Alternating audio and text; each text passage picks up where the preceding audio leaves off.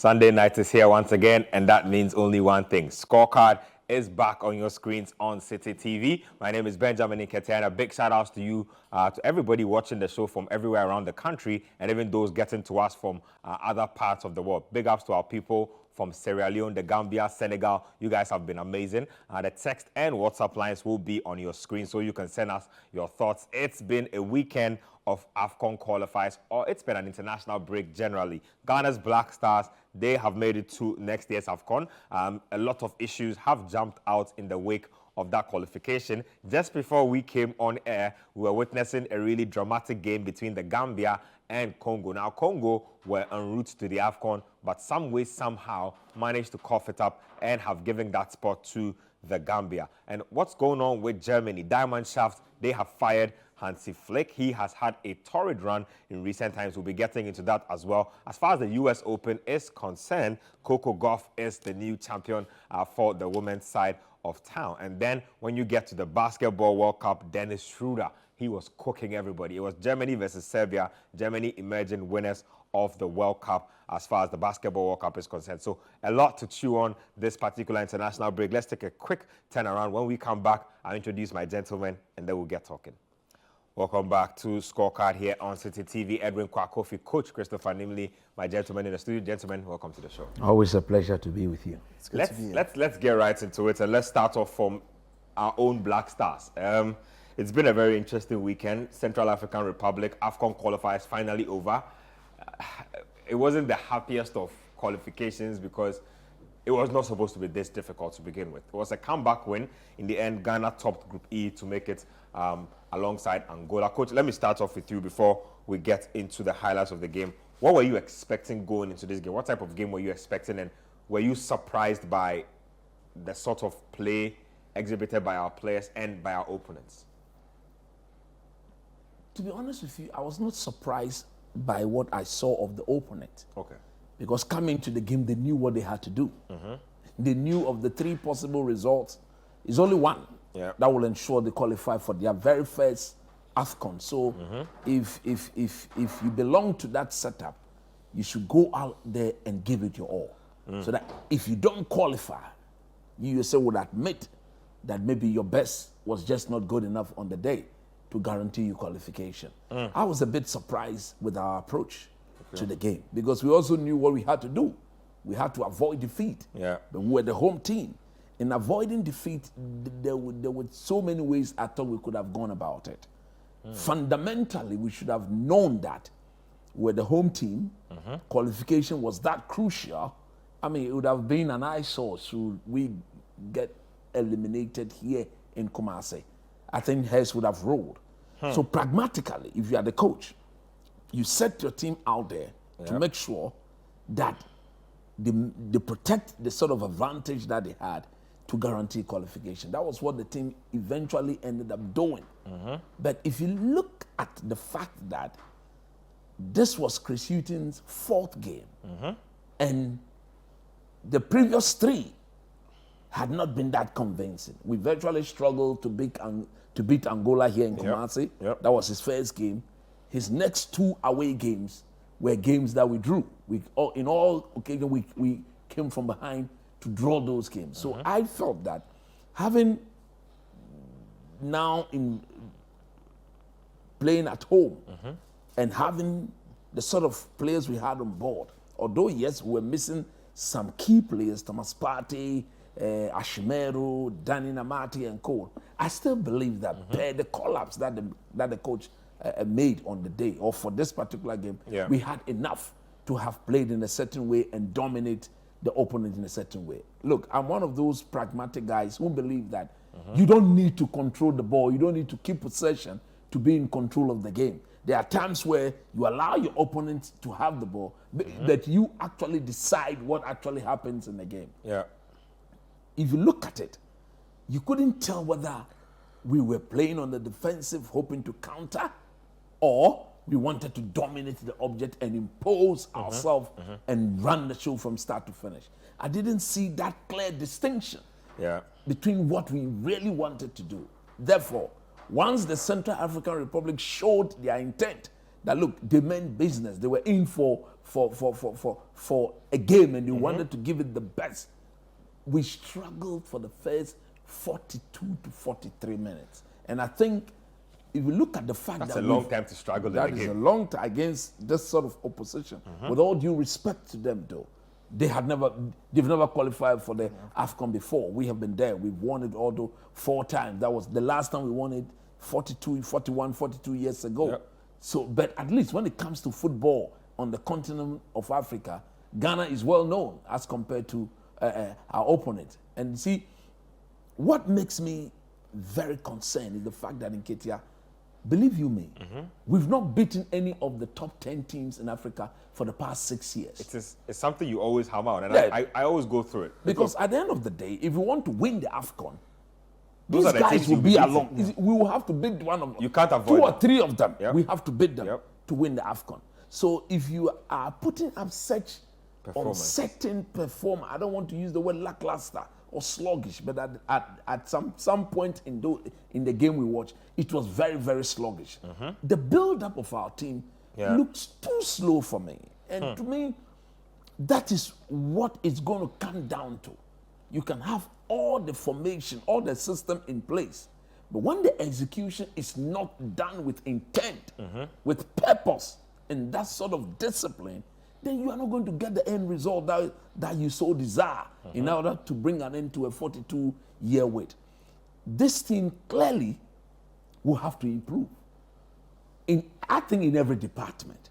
Defensively, we need to do better. We'll get into all of that. So we'll get into that. I'll let you get into which departments, which players need to be said bye-bye to as we head to the AFCON. I'll get Edwin's thoughts on a few things as well. Let's get the highlights of this particular game. It was Ghana winning by 2-1 at the end of the day. It wasn't a very comfortable win, but it was a win nonetheless. 3 points in the bag, qualification sealed. Let's get the highlights. So one of the biggest questions that I've been asked so far since Ghana's qualification is, how deep has the Chris Hughton imprint been on this team?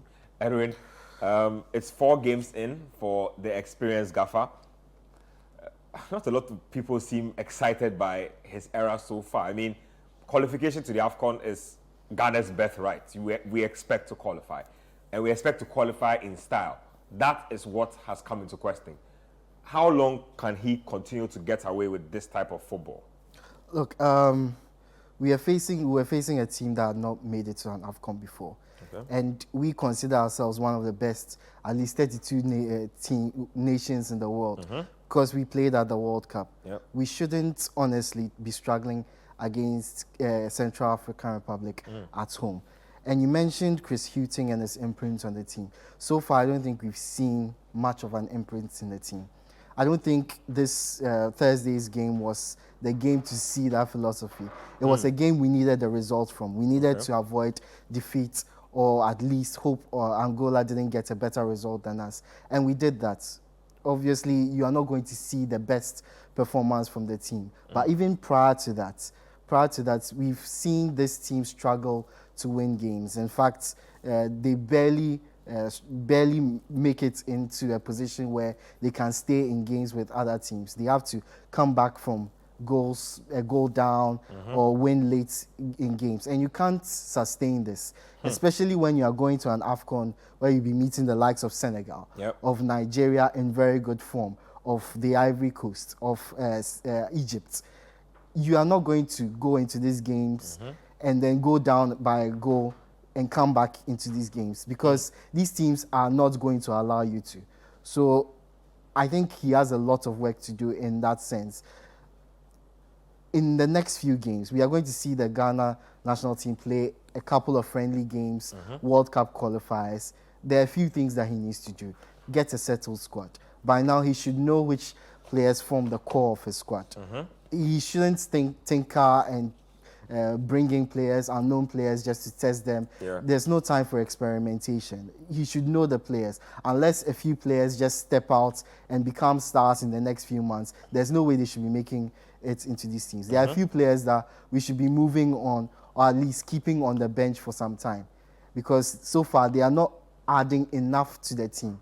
And I'm not happy to say this, but Iñaki Williams so far, I know he's shown signs that he is a top striker, but we need a striker who gets us goals.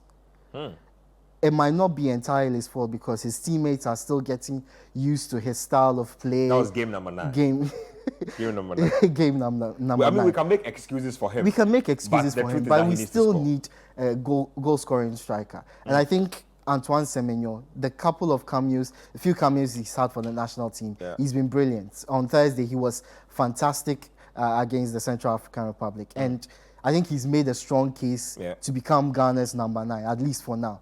Even though those appearances have been from the bench, he comes in with so much energy, a lot of energy that the team needs.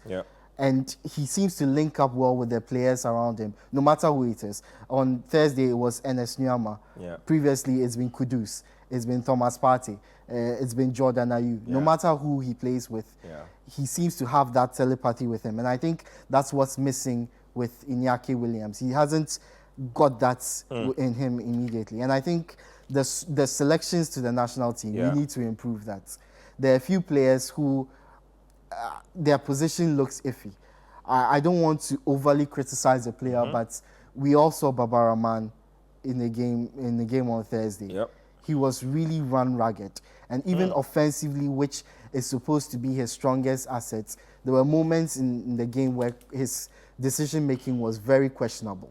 There were moments in the game where he could have supported the forward by making obvious runs. He decided to make the more difficult runs, put his team in very difficult positions.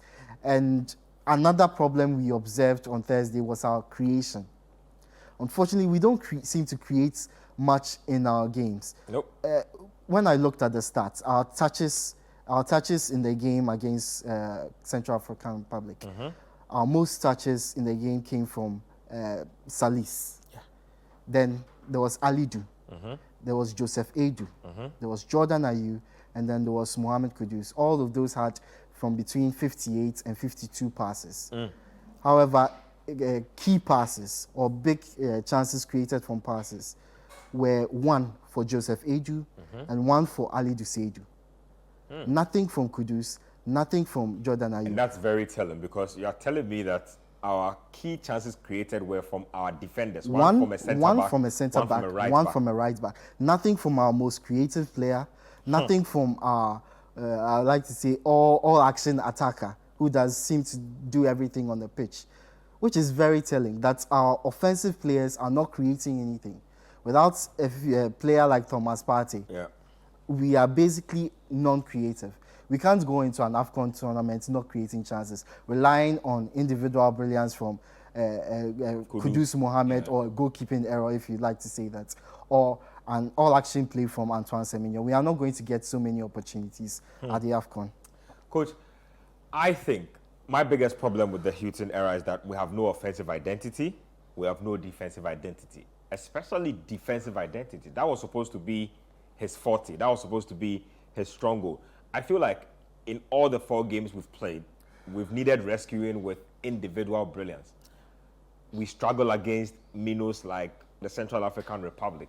How are we going to beat elite teams when we get to the AFCON? Remember what the Central African Republic head coach said, Raoul Savoy. He says that we had the better players, but he had a better team and they played better. Exactly. And that we are definitely going to see the same fate we saw in our last AFCON based on what he has seen. I agree with him. And for that matter, things need to change. If things stay the way they are, then clearly we will suffer the same fate from the last AFCON. Look, Nketia, so many things need to change. That is my worry. The manner in which we press. We had only one decent press.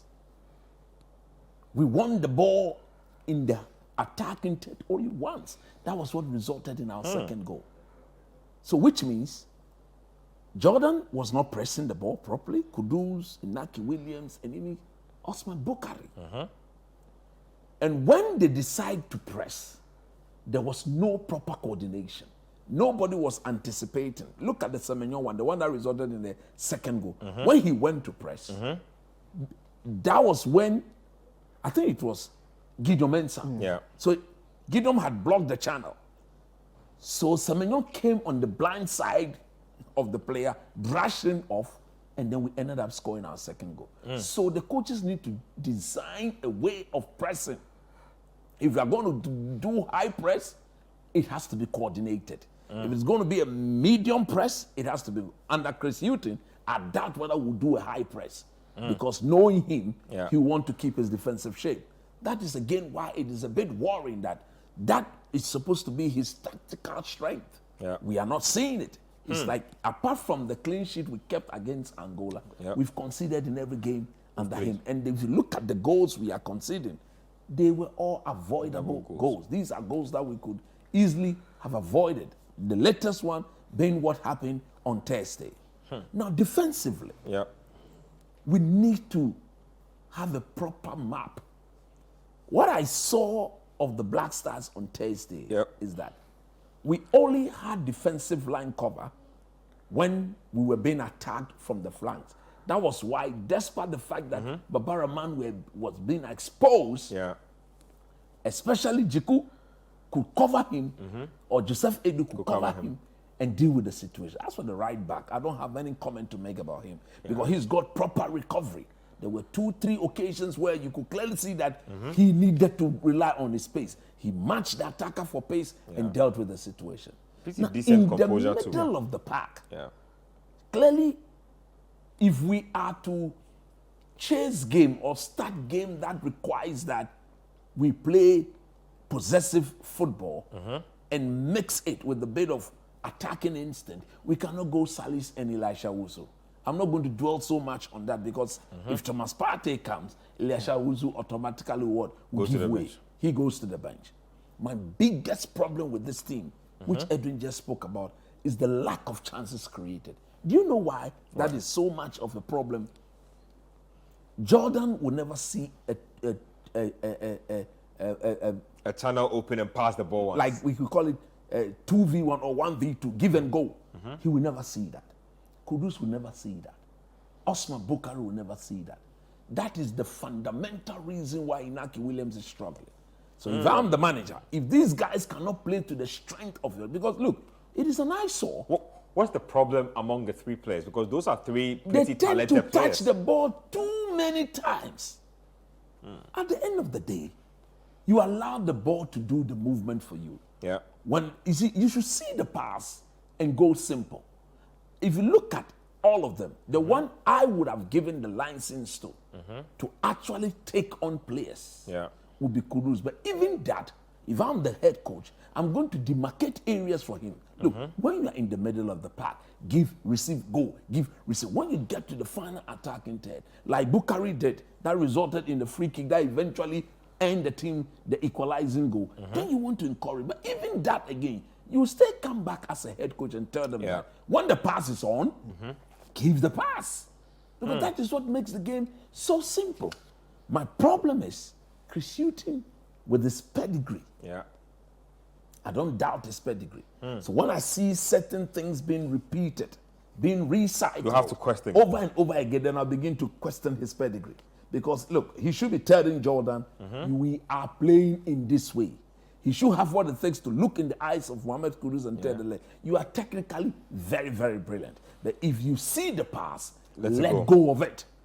I was so impressed with Nyama because he is the sort of person who takes on, when he came in for that, he's very direct. He's very direct. If you've got players like that, you want to fancy them on a 1v1 situation. Like the way the French team treats Kylian Mbappe. You can clearly see that it is a direct instruction from Didier Deschamps that if Mbappe is isolated 1v1, let it go to him quick.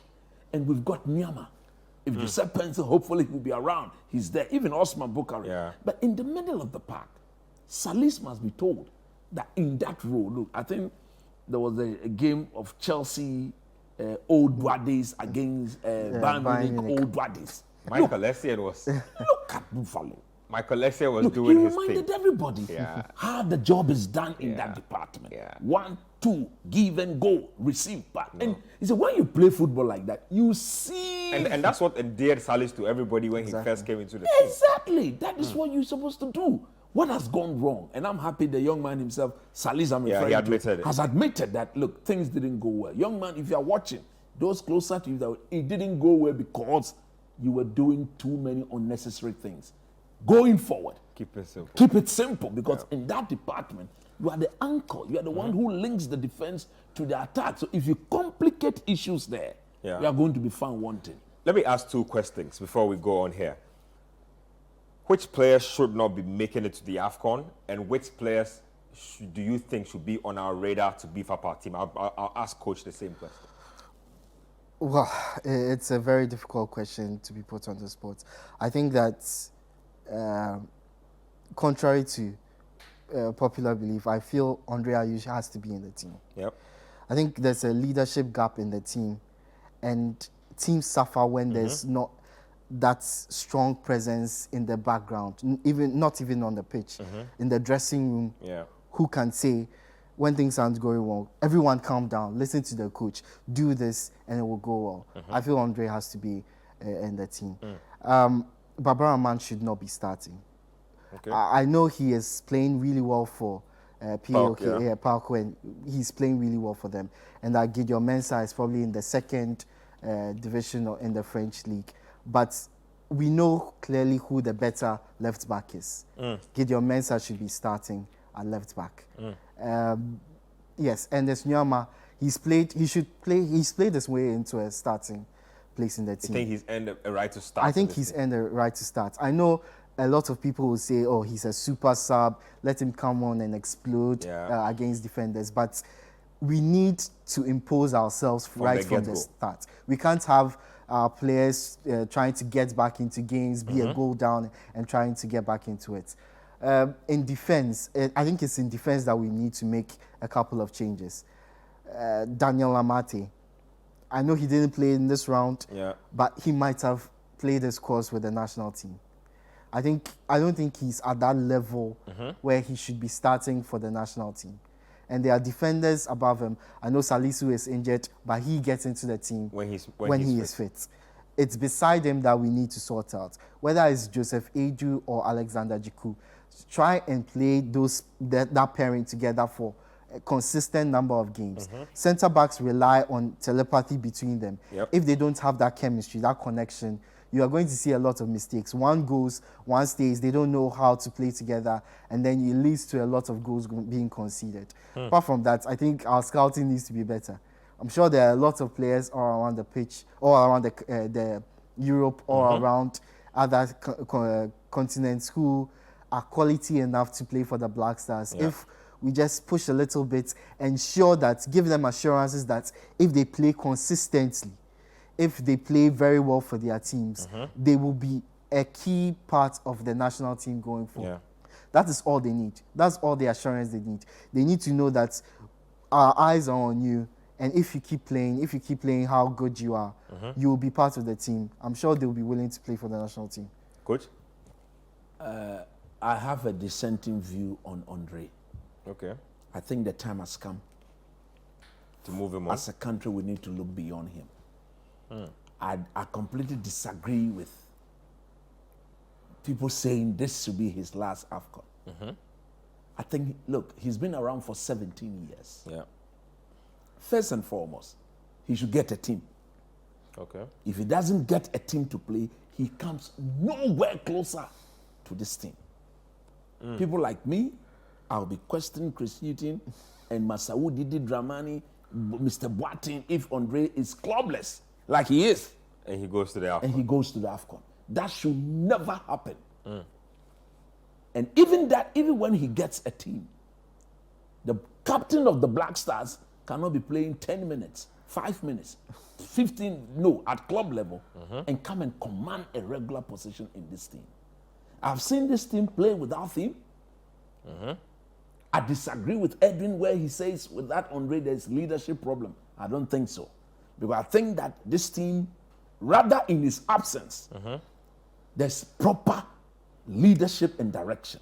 You're not worried about Kudus, and it's a young core for most parts. Let me tell you something. These guys rather are liberated in his absence. That is what I have. Maybe on the pitch, but don't you think that we've had discipline issues in the past? It's about what happened on the pitch. Does what happens off the pitch not affect what happens on the pitch? I don't think there has been anything indiscipline off the pitch with the current crop of Black Stars players. I've not heard anything. Fair. So I'm concerned about what happened. I think in his absence, the boys are liberated. Fair. The Newman, the Kudus, they are rather liberated to express themselves. Nobody will be running to them, giving the ball, let me shoot. No. We've gone past that stage. I am saying that the time has come. Yeah. The young man, he served Ghana very, very well. Yeah. I think 17 years of quality service needs to be rewarded in a certain way. Not to say he should be in the AFCON at all costs. Look, if you ask the players that I think, you see, we are attempting to put an end to a 42-year wait. Every excellent, good Ghanaian player out there should be brought. So I'm looking at Chris Hughton going back and speaking to some of our players who have said they won't play for our team again. The likes of Jeffrey Schlupp should be spoken to. Look, Alfred Duncan, 2 weeks ago, he was not only assisting, but he was scoring. Does Duncan still want to play for Ghana? That's what I'm saying. You need to go and talk to him. Fair. Give it a time. We know there are issues with the people at the FA, but the FA, they don't own our Black Stars. Fair. They have If you want to favoring win, you their must do hard things. You must do hard things. I don't know how well Bernard Mensah is playing. Bring every good Ghanaian player into the team. Because the team is such that if we can get, look, Alfred Duncan is an experienced player. Jeffrey Schlupp, very experienced. Because we will need players of that level of experience who are playing.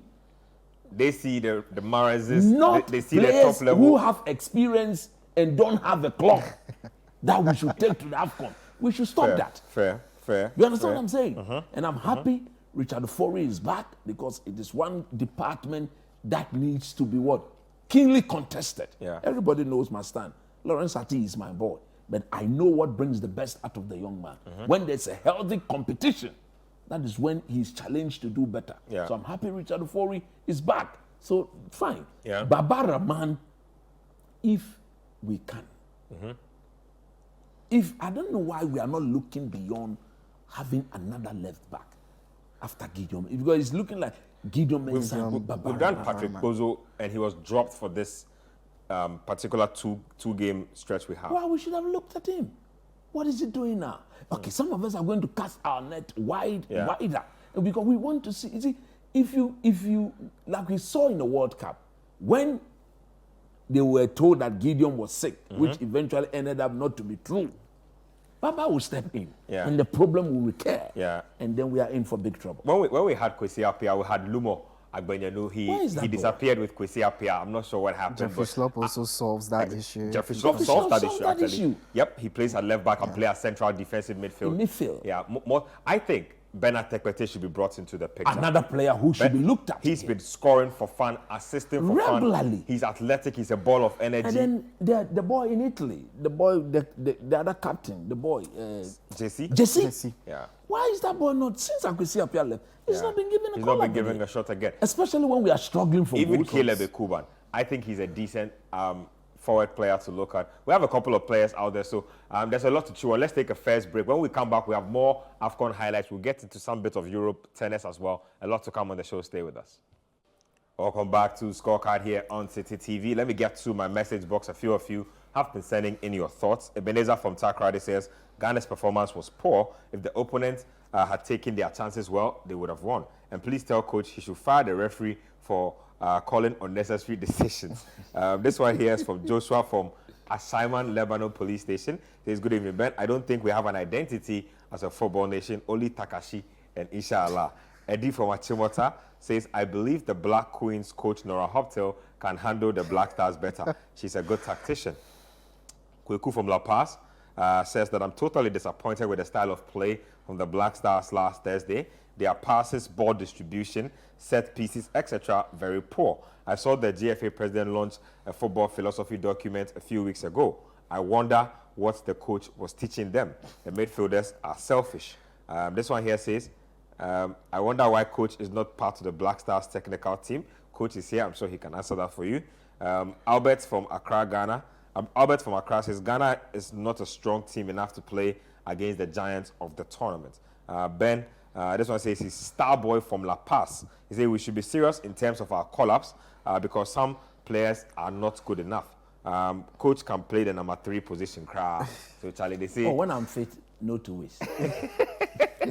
Coach says that he can handle that position. Let's get to more highlights. Let's get to that game between Angola and Madagascar. Angola managed to play out a goalless draw. In the end, it was enough to see them through. So after missing out on the last AFCON, Angola make it to the expanded edition. Edwin, just snap thoughts. They didn't score in this game. They probably would have been in hot waters. Public had beaten Ghana. Yeah, and I'm very surprised by that. You'd have thought that once Central African Republic went ahead against Ghana, they'd be motivated to get some goals against Madagascar. Unfortunately, they couldn't. And I'm a little disappointed that they went through. I felt overall in the group, Central African Republic were better. Yeah. And in Highest scoring away team in the away group. team, yeah. And in the game at home for Central African Republic against Angola, it was the red card that really did them dirty. And I feel that had it not been that, they would have beaten Angola and gone through. But you have to get your results to qualify. They did. At the AFCON, they need to play better, clearly better than this. They need to find a way to get more goals. Otherwise, they are going to go out really early. Let's get to more highlights. Let's get to a game between Tunisia and Botswana. Youssef Insakni, at his age, he is still doing big things for his home nation. They got a 3-0 win. After that, we'll check out another one between Tanzania and Algeria. That game also did end goalless. So back-to-back highlights. We'll come back in studio and discuss. Tunisia winning convincingly there. Youssef Insakni, he might as well be an institution in Tunisian football now. Every time the national team is there, he's there. Star performances, they have gone through as well. Just snap thoughts on that.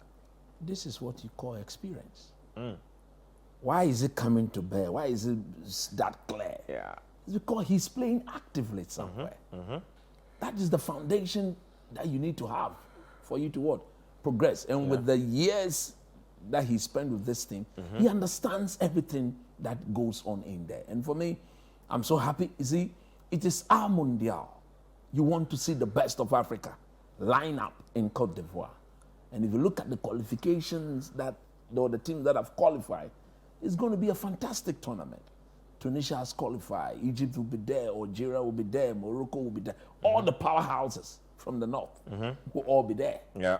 When you come to the Africa, Nigeria will be there. Ghana will be there. Cote d'Ivoire will be there. Senegal will be there. So it's going to get beautiful. Yeah. So if you don't do your things well, you struggle. And like I'm saying, if you look at the highlight we just watched, look, a quick comment on Tanzania. Yeah.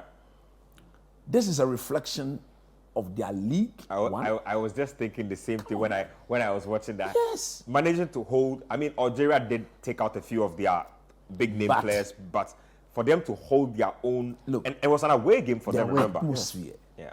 The tension. They restricted the Algerians to only one shot on target. It speaks volumes of their league.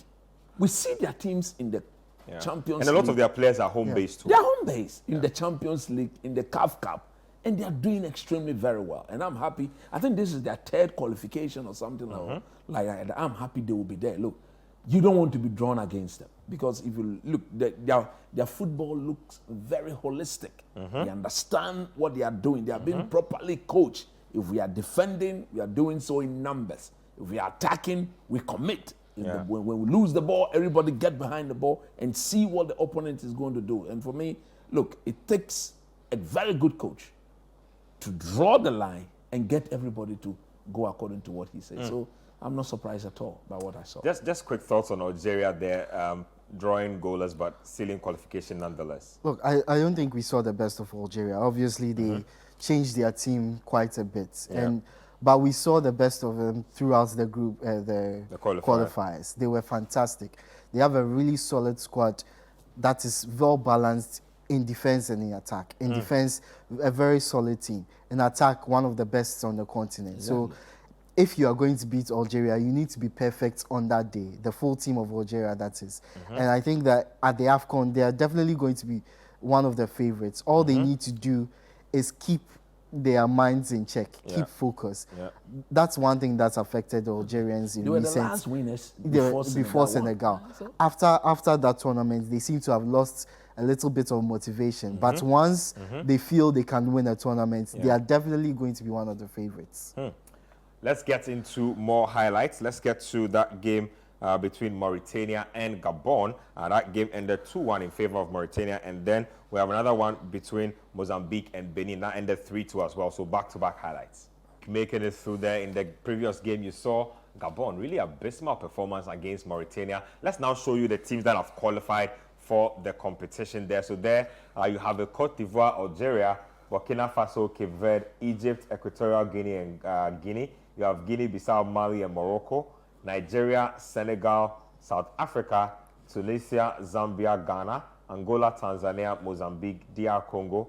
I cannot see the name of that flag there, but yes, that's Mauritania. So they have made it as well. The Gambia have made it following the round of matches that were played this evening. A few more slots to be covered, and then I think we have a full slate of teams for the AFCON. 2 more slots. Yes, 2 more slots to be taken. And then that's the. But coach, just snap thoughts on the highlights we've seen. First, you saw Mauritania against Gabon. Very interesting game. Mauritania playing some good football, punishing the mistakes of their opponents. Look, at this level, we want the best to come and represent Africa because the whole world will be watching us. So if you are that sluggish defensively, I'm happy when you pay the price for it. They deserve to win. Gabon, since they hosted the tournament, they've never been the same. And I think they are also struggling with their transition. They are still depending on Pierre-Emerick Aubameyang, somebody who I think is on a decline now per his club form. He's not the one he used to be. No. And so I'm happy Mauritania did qualify. And then on the part of Mozambique, I think they deserve to be there. And although, you see, for countries like this, all they want to do is to qualify. When they come, whatever they do becomes a history for them. If they beat any of the big guys, they make history. Like if you beat them, after all, they were expected to get beat. Then my last point has to do with the qualification, the teams that you've mentioned there. Every big name footballing country that you know will be coming to Cote d'Ivoire. True. So for me, and it's an expanded version. It's an expanded version. For me, the people running our game, the head coach of the Black Stars, the playing body, everybody should look at what we are doing or what we seek to do from now on till January, including, of course, the government of Ghana. We need to put an end to a 42-year wait. If things don't change, I think that 42 will become 44. Things will have to change from the very top all the way to the playing body. Everybody needs to see the need. Please don't splash money on them. We've splashed cash upon cash upon cash over and over again on these guys. And they've done nothing. Right now, I think it might. I'm not saying don't pay them. That's not what I'm saying. But the promises should be kept. Go do your part. As a country, we'll do our part. Don't give anybody $100,000 appearance fee. Don't give people who will go to the tournament with no work done $20,000. Dissolve the management team. They don't deserve one cedi from anybody, so that the playing body will be told. You see, we were in this country when we played second. You remember in 2015, and they were all giving brand new cars. I had problem with it. We were celebrating winning silver. Hey, we need to stop that. Please, the planning start from Tuesday against Liberia. In October, we have 2 beautiful games in the United States of America against US and Mexico. There are 2 World Cup qualifiers to be played along the line. So guarantee, at least we have 5 games. I know there'll be 1 or 2 additions. It can only get better. We can only put an end to a 42-year wait in Getia if we are first of all sincere and honest with our player selection. No influence from anybody. My biggest motivation and prayer that by the time we go to the AFCON, the Ketukreku reign as FA president should be history. So that we'll bring in a proper FA president who will now see the need to concentrate on his job and allow the technical men to do their job. No influence from anybody. Allow Chris Hughton, because he must be told, we are going there to win the tournament. We will not accept anything apart from winning the AFCON. That is what we did. That is why. How much is he paid, Kra? Nketia? We have no idea. That thing should stop. I know how much the president of Ghana is paid. Yeah. If I look at my paycheck in my tax, how can the man be working for me and I'm paying? I don't know how much is being paid. You see the way they do their things? They should stop that. Be transparent so that when we are praying for them, we pray for them holistically. Thank you. Now, Gambia, they have made back-to-back AFCON qualifications. I just thought I'd let you know. Like Coach Riley said, after the 90th minute in their game with the Congo, they were on their way out. And then they somehow managed to equalize and then get into the AFCON. So big ups to the Gambia. Let's get to the other side of the world and let's check out some other highlights. Let's go to that game between Uruguay and Chile, CONMEBOL.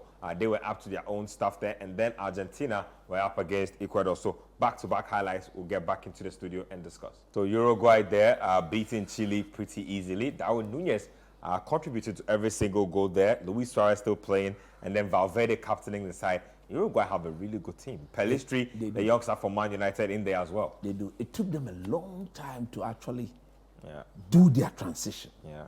You remember they relied on Cavani. Yes, those guys are still around. They are still teaching the young guys like Pelistri, Valverde, Darwin Núñez, and co. But they understand that where they've gotten to, they can only be used sparingly, not key members. Allow the young boys to go and do the job because the tempo, the intensity of games have changed. We saw Chile. You saw the man who scored the goal, Arturo Vidal. Come on, what is that? He should have been gone by now. Alexis Sanchez. Look, they are done. For me, I don't know, but look, from the way football is going, if you over-rely on the same generation for more than 10 years, you're in trouble. It will take you another 10 years to restore yourself to where you were. And I think that is what Chile as a country is going to go through. And so, no surprise there. Look, I watched the Argentina-Ecuador game. Oh, mama. That was a proper football game. Look, the Enzo Fernandez, Moise Caicedo midfield battle.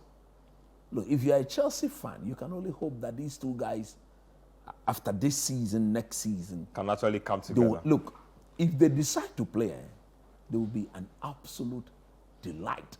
It will be a powerhouse. They will restore the Makalesian, Claude Makalele, Frank Lampard sort of combo that Chelsea had some years ago. Because everything they did on the day was absolutely super.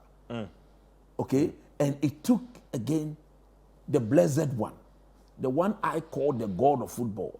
The one, in my view, the proper goat of football to settle this. And look, everything was so keenly contested. It needed a special moment from a very special player. Arguably, in this generation, the best to have played the game to settle that. And the moment the free kick was conceded, when he picked the ball, and he didn't go for the ball, Enzo Fernandez went for the ball and gave it. Everybody knows that. That is the young man's territory. He positioned the ball, looked at the wall. I've seen him do it so many times. That's many times. We've lost count of the number of times. You know he will do it. And true to he will do it. The moment his foot went through the ball, you will clearly see. And that was Buenos Aires, isn't it? They were the home team. The euphoria, the ecstasy, the delight.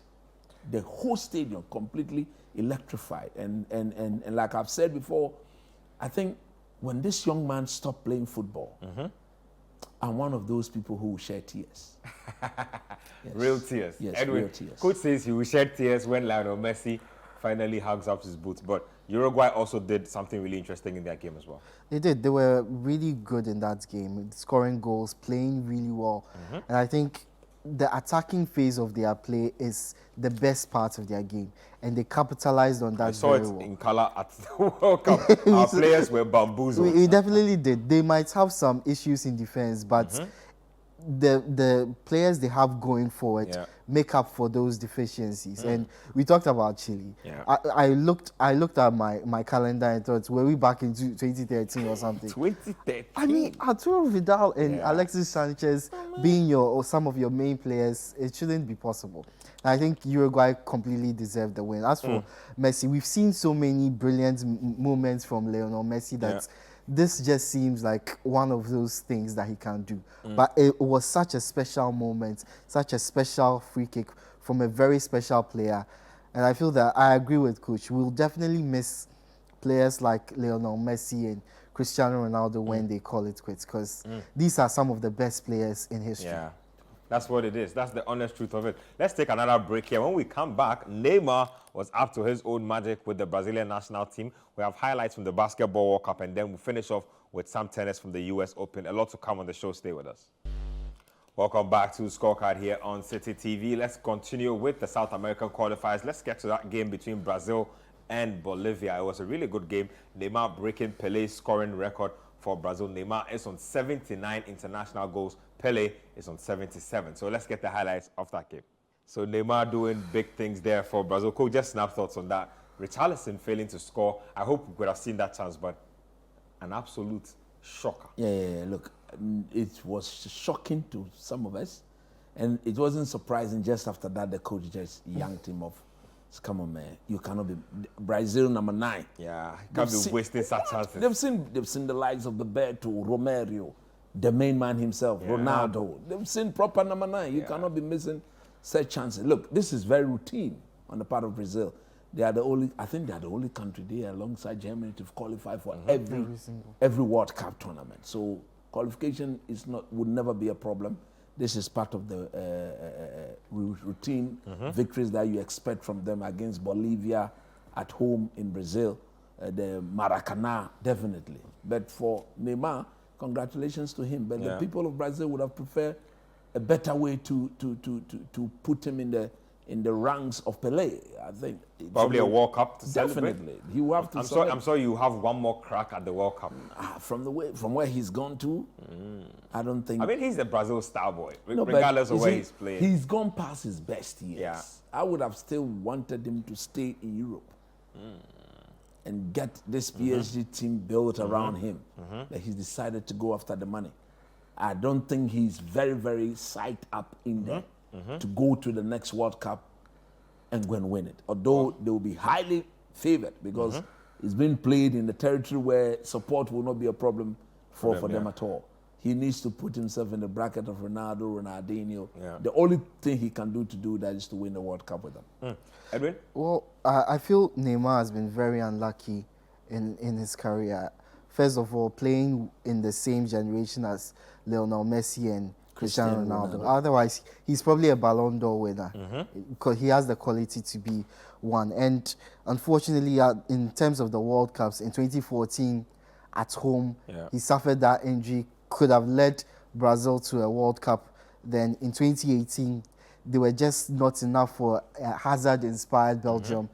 And in the recent World Cup too, they were just unlucky not to make it further. And I feel that there's probably not enough motivation at this moment for him as a player to just go on and push Brazil to the next World Cup. There's a lot of quality around him, but you need him at his 100%. And playing out there in the Gulf League, it's probably not going to be the best preparation for him going into another World Cup tournament. But who knows? There are players who've been able to step up in moments where their country needs them. Messi did so at the last World Cup. He led them to a title. And I feel that, as Coach said, if Neymar wants to cement himself besides the goals record as a Brazil great, one of the Brazil greats, that World Cup is absolutely key.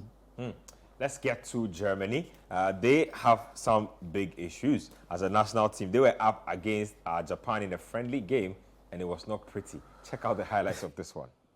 So a friendly game, in the end, was not so friendly to Hansi Flick, the manager. It's ending the sack. The sack I support because I watched this game. I think prior to this game, he had won 1 in 9. So once he lost this, It means, I know he's won 2 in 9. Yeah. So this became 2 in 10. Yeah. Look, I watched the game. I watched the entire 90 minutes.